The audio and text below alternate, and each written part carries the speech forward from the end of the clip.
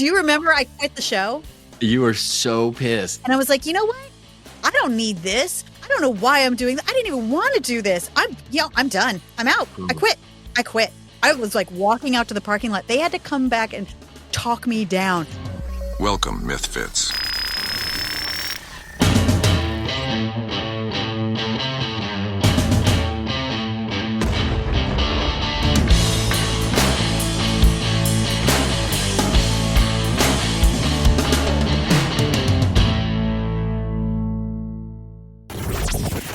Hey, MythFits. It's another MythFits Monday. We are back again. And since this is actually a part 2 episode, because we were going to just answer a bunch of fan questions. And in part 1, Tori and I got lost and answered one question in an entire episode. But it was good. It was a good subject. It was a good question. But yeah, we only got through one of them. We have so many weird stories. We have to answer more fan questions. That's what we said we were going to do. So are you ready for part 2, Tori? Yes. All right. So this question comes from Tony Cancel.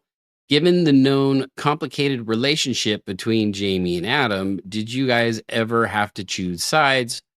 Did it get awkward and silent for the rest of the day? I mean, early on, we worked with Jamie and Adam a lot because we were their backup builders and that kind of thing. I don't remember choosing sides as much as like we were assigned to each of them. So you were just working with one of them. I mean, I used to listen to them if they got into any sort of, argument, but I don't remember choosing sides. It was more just like, I think the side we were choosing on is, can you guys get over this disagreement so we can be done? I remember there was an episode, it was the chicken cannon episode. And so they came up with this system to test the penetrability of a frozen chicken versus a thawed chicken. And so whichever went deeper, then they would be able to tell this was conclusive. A frozen chicken versus a thawed chicken, which one has more penetrability? So they're testing it, and you can't tell. They're just they're just blowing up these blocks of foam. And I remember Jamie and Adam just like getting into this argument, and Adam was like, "This was your idea," and he was like, "Well, this isn't. We can't conclude it." And they were just going back and forth. And I remember the camera crew and the producers were like, "All right, we're done. Like, you guys figured this out. We're going home. Why don't you guys figure this out and we'll reconvene tomorrow morning?" When they were done, you and I still had to clean the shop. So we're just like, finish arguing. Is that when Jamie, I think they left it in the episode, goes, "Do you need a cookie?" Yeah. Adam was so worked up, and Jamie just knew how to push his buttons because Jamie was a robot. He literally didn't, nothing got under his skin, and he just knew how to push Adam's buttons. I disagree. Jamie definitely, you could get under his skin. It's just, he didn't show it. He just got more and more quiet the more pissed off he would get. So you knew he was really mad when he would just completely disappear and just go up to his office. That's how he would be mad. It's just like quiet. And it was almost more maddening because Adam he'd like to get the conversation out, and Jamie would disagree, but then just kind of shut down and leave, Like that was the way he would argue. I don't remember taking sides, but I do remember, we pretty early, we went autonomously. So we were doing our own thing. So it wasn't really like the kind of situation where we were, the War of the Roses. That wasn't happening. But we worked really long hours and we were with each other all the time. And it was like family. Like sooner or later, you're going to get on each other's nerves. And every now and then, we would fight over something, and sometimes it made camera and sometimes it didn't. There were times, though, where we would go head to head with each other. So Jamie and Adam would go head to head, and then they would have a couple of us on their team, like finding a needle in a haystack, or the hoverboard episode where we were each building our team were building their hoverboard. And I remember when you were on Jamie's team, you would come in and you would try to sabotage us all the time. And it was like, "What are you doing?" And you're like, "Oh yeah, that wasn't me though. That was the producer at the time was trying to create conflict because they weren't talking enough smack. They weren't like, so he'd be Kari, go over there and talk some smack. I'm like, really? He's like, yeah, I was very suggestible. I'm like, okay, sure. I'll go talk some smack. That's easy. Do you remember that one time we were testing? I believe you guys had to sleep at the shop. You and Grant, we had built this. Oh, it was hangover cured. And you guys had to sleep at the shop, and I was super duper pregnant, so I wasn't participating in the alcohol part. And I was, which is a wise decision when you're pregnant, right?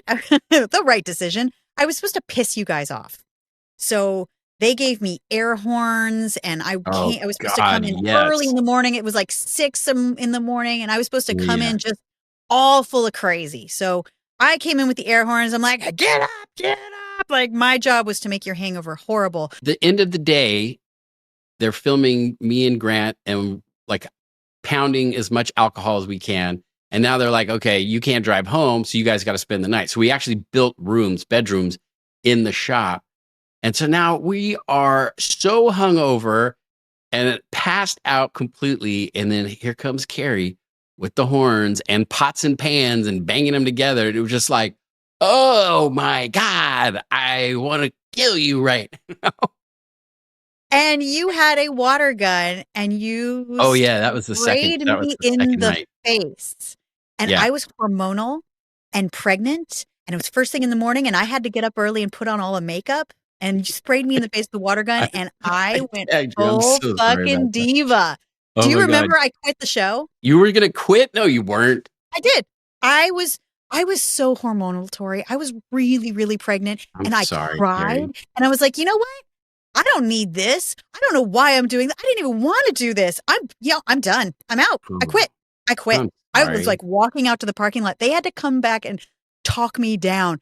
Working on Mythbusters pregnant was really hard sometimes, because I was taking naps underneath my desk because I was so tired, and I wasn't one of those little pregnant ladies. I was big pregnant, like really. I did pregnancy like supersized. I was huge. I gained so much weight, and I was so just weepy and just easy to get at. I'm a good shot. I'm sorry. I didn't mean to hit you right in the face. That's I know. I forgave you after they told me how crazy I was acting. But I mean, I was just so big. I'd come into the room. Do you remember you guys would always go, "Oh yeah," because I looked like a cartoon. No, we did not. We never. You're making that up. There's no way we would ever do. Oh yeah.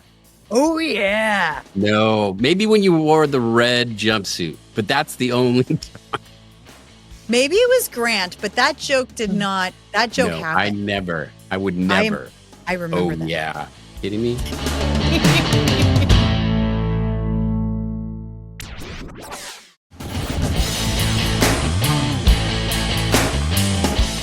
I just want to go back to that episode, that experiment. So we had these rooms set up in the shop, and we each had our bedroom. And so it was the end of the night, and I was like, we had a safety officer, right? Because he was like he stayed there all night with us in case we got hurt. If we were going to the bathroom and we were drunk and fell over and got hurt on some equipment. So he was in the office, probably asleep, but he was supposed to be awake, keeping an eye on us.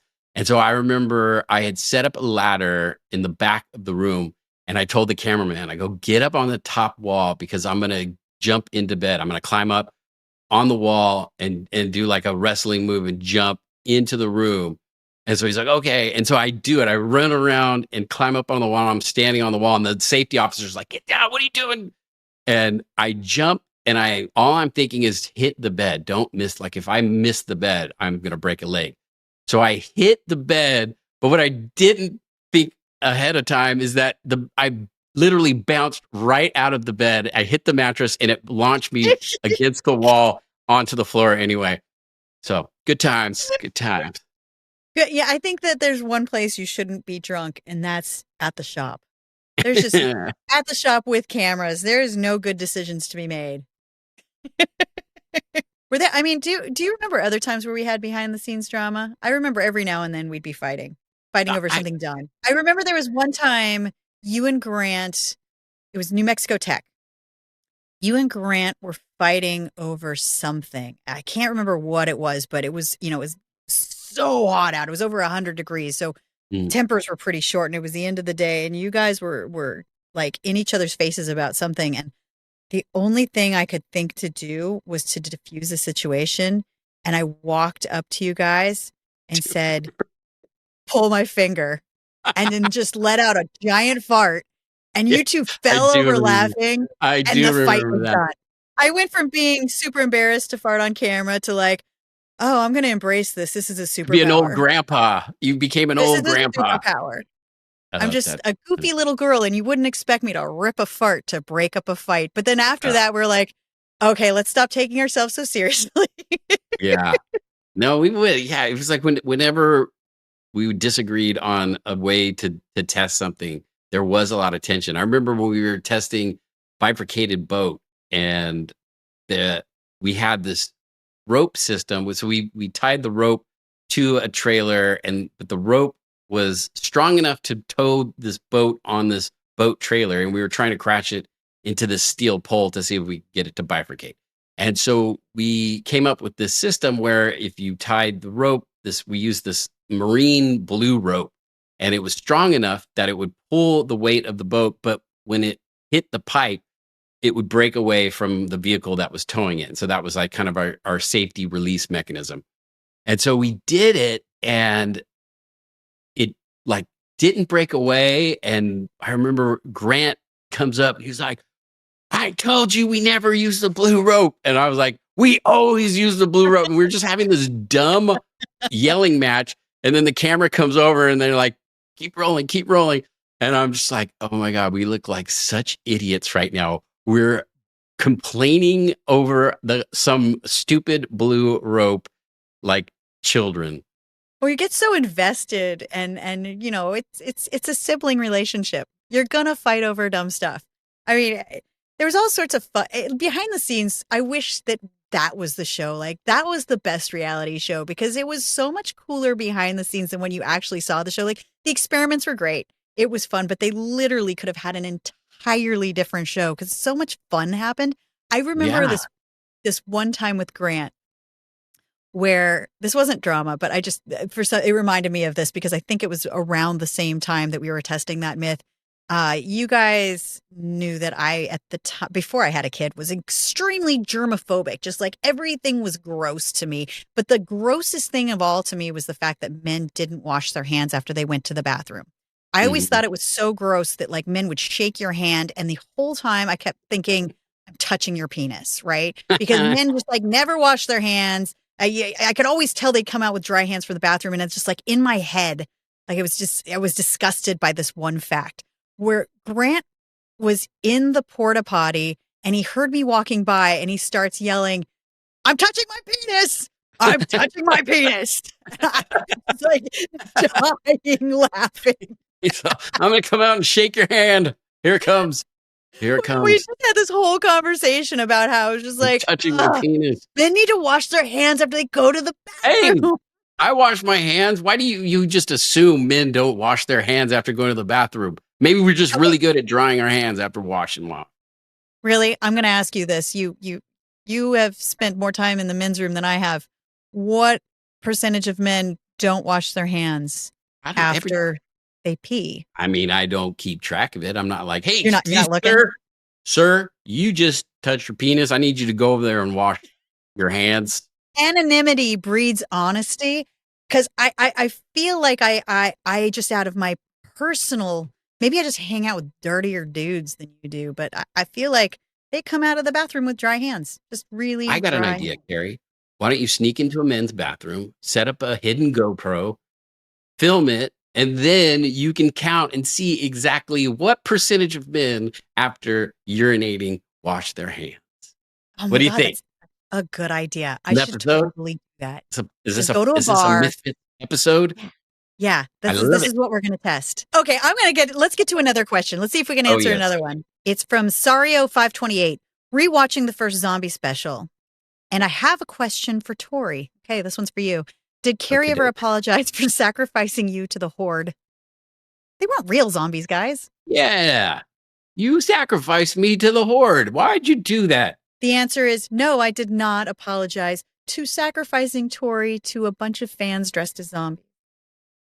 I remember one time, speaking of throwing somebody under the bus, we were testing how to beat a guard dog. And we were testing different things like pheromones from a wolf.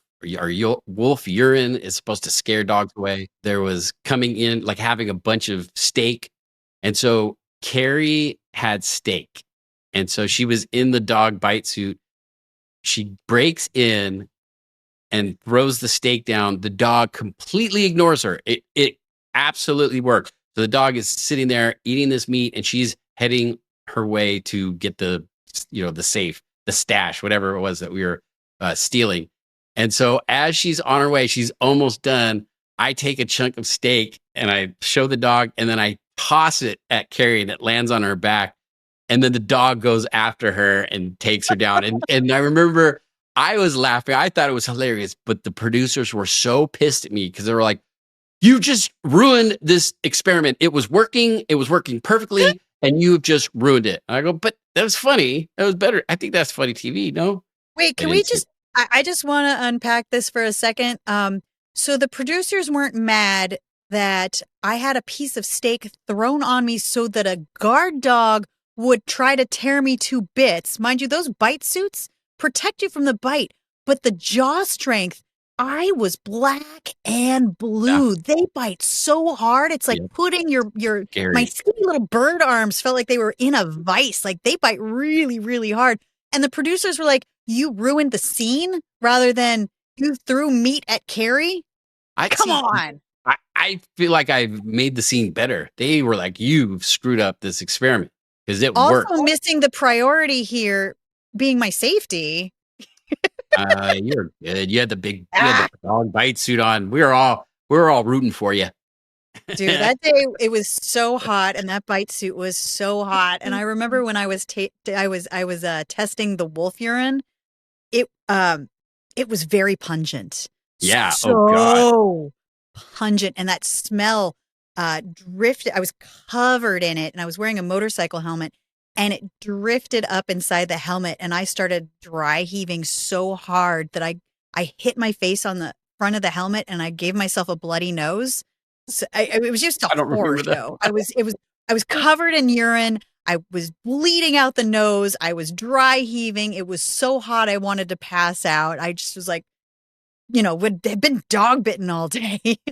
I remember the wolf urine actually worked for a second. Do you remember the dog ran in, smelt the wolf urine, and was like freaked out, like, predator. And then saw you and went, not working. He's going to bite you. He's going to bite you. Was it freaked out, or was it like, "You stank"? I'm going to put my mouth on that. No, I think it was more, holy crap. This is a wolf. I smell a wolf. And then he saw you and was like, "That's not a wolf." There was a whole segment that they cut out. Like, I feel like Mythbusters, they could recut. There's so much footage that was cut from the episodes that never made it, that there could be a whole like brand new series of just what didn't make it. Do you remember cutting room floor? One of my techniques to beat the guard dog was I built these like huge stilts and like arm and leg stilts. And I was going to like walk over the dog, and the dog wouldn't be able to get me. And we did this in the shop, and I had like a harness to the ceiling, and it was kind of working, but then like I just slipped up and then fell. And then I was just like hanging from the rafters like a puppet. And it made it in the rough cut, but then it was something where it's like Jamie and Adam's story. They wanted more of their story, and so they cut out our story. And it was like, like that was such a great moment. That was so funny. Never seen. You know what? I didn't watch a lot of the episodes after they aired. I watched the rough cut, so I don't think I realized that didn't air. That's hilarious. Oh my God. Yeah. That was such a good moment. I wish they left that one in.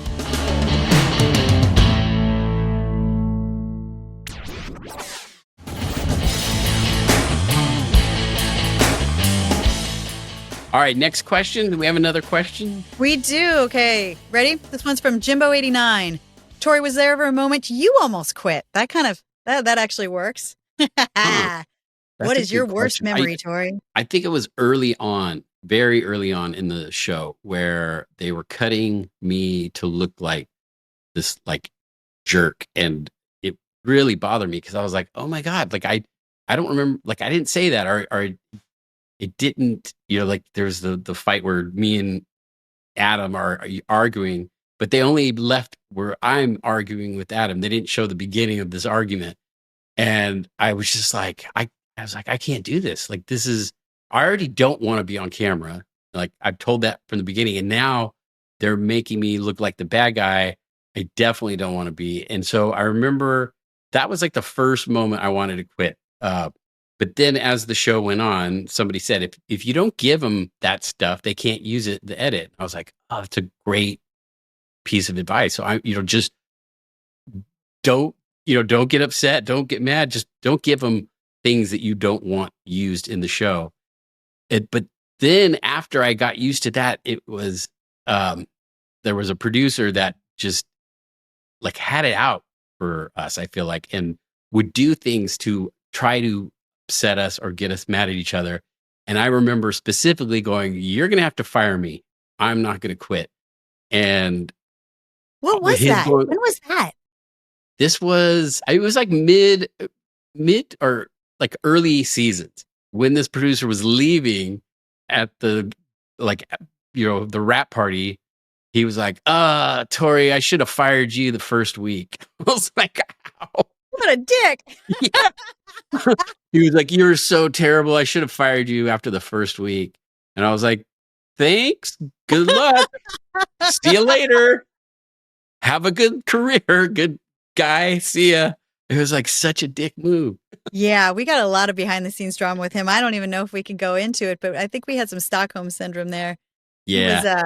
He was interesting. The puppet master, that's who you're talking about? One and only. He was like intentionally controversial. He loved being salacious. He loved sort of stirring stuff up, and it was fun for him. He just really enjoyed making you uncomfortable. Or, do you remember when he shot Jamie with a soft pellet gun under the table straight into the crotch? Yes. Like that was one of those times where you were asking about what does Jamie look like when he's mad? Oh my God. He was so mad. So just to set up the situation, it was when we were doing blueprints. And so Jamie and Adam were sitting around the office, the big table with the blueprint, going back and forth on how they wanted to test it. And this producer had this soft. It was one of those paintball soft guns. It was like an airsoft. So they were like little pellets, but they still hurt. They had a good velocity to them. They hurt, especially in sensitive areas. And so he's underneath the table, or he's laying on the floor, directing them from the floor. And he's got this airsoft pellet gun, and he shoots Jamie right in the testicle. And I just remember Jamie just went, and his face turned bright red. And he goes, you shot me in the testicle. And we were doing everything we could not to bust up laughing, because it was just such a unexpected reaction to getting shot in the balls. But horrifying, man, what a horrifying situation. Yeah, this is your producer. Man, back in those were the old days of production. I mean, I've been on a lot of shows since, and it was pretty Wild West back then. Things were very different on set than they are now. Like, everybody's so careful now. And the last show I did a pilot for, I went through 45 minutes of sexual harassment training, and all of the. You have to get certified in all of the things you can and cannot say, and how you address the other people in the office. Like, it's really locked down. Wow. But when we were filming the show, it was, anything goes. Anything goes. Literally. I don't know. Do you remember this? I'm starting every story like that, but I was sitting on the workshop table, and this particular producer came up with a big bottle of super glue, and he squirted it at my rear that was sitting on the table, and then he kicked it. So if people don't know, when you use this super glue, and then the kicker makes it instantly, just very, very quickly harden, but it's a thermic reaction. So it's super, super duper duper hot. So all of a sudden my butt is being glued to the table and it's burning and my skin is sizzling and I'm like, ah! And I jump up and there's just like a patch of denim and skin left on the table. And I was beyond mad. I was in pain. So like I hobbled over to the bathroom and locked myself in. And I'm like, this MFer's not going to get my tears. He's not getting my tears. And I'm like trying to pull it together. There's a hole in my jeans. My ass is bleeding. I'm just like this kind of stuff on set. Like I could have sued in modern days. Totally. This is a whole different situation. But I was just like, you don't get this. So I tied a sweatshirt around my waist and I came out like it didn't even bother me. I'm just like, that was, I think I said it was mean, but I didn't do anything about it because I'm like, nope, I'm tougher than you. You're not gonna drive me out. I'm not gonna be a little girl here. I'm not gonna cry. You don't get my tears. Yeah, I remember you were sitting on the table doing a piece to camera, and he snuck up behind you, and as soon as the kicker catalyzed, a big plume of smoke shot up from behind your butt, and you were like, "It's getting hot! It's getting! Oh my god, it's hot! It's hot!" And then you jumped up, and that's where we saw the piece of jean stuck on the table, and we're like, "Dang, dude! Like, what are you doing? That is so dangerous." I gotta say, though, at the end of the day, I mean, we could talk about behind the scenes stuff. There was so much fun and so many antics and so, there was some drama, but that wasn't overwhelming. I mean, mostly it was a really good time. We had so much fun together. And I feel like our shop, like the build team, we had way more fun because I remember at M5, if somebody screwed up like a builder or a shop tech, Jamie and Anna would send them over to our shop and they were like, "Oh, it's M Heaven over here." Oh, we were the island of MythFit toys. When somebody was done with them, they'd come over to us and we had so much fun. It really was. We even hung out after work. It was great. All right. So let's get to one more question because I want to be able to answer a few. So I believe this is Oriol Gonzalez. I could listen to you guys for hours. Have you ever thought about doing some kind of longer recorded live show in the future? That's a great idea. Yeah, totally. Yeah. No, we've talked about, we record a lot and a lot of it, some of it doesn't get into the episode, but a live tour, that would be just in front of an audience, do a podcast in front, that would be fun. Or what if we just did some special, we could talk for hours and hours and hours and there's only so much that we could put on the podcast.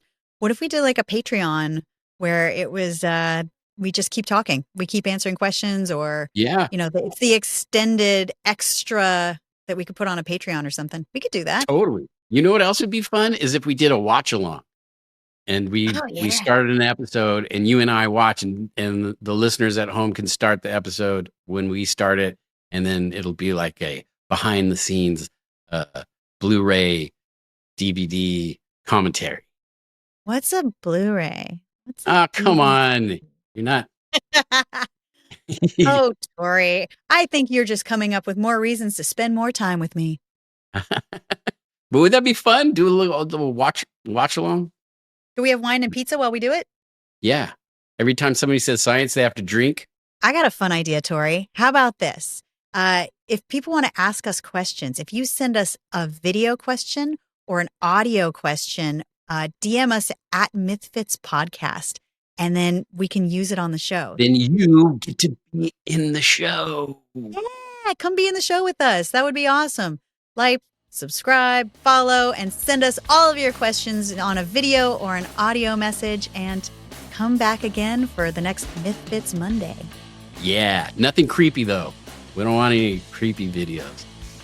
Well, maybe I do. That'd be hilarious. Anyway, stay weird, MythFits. Stay weird, MythFits.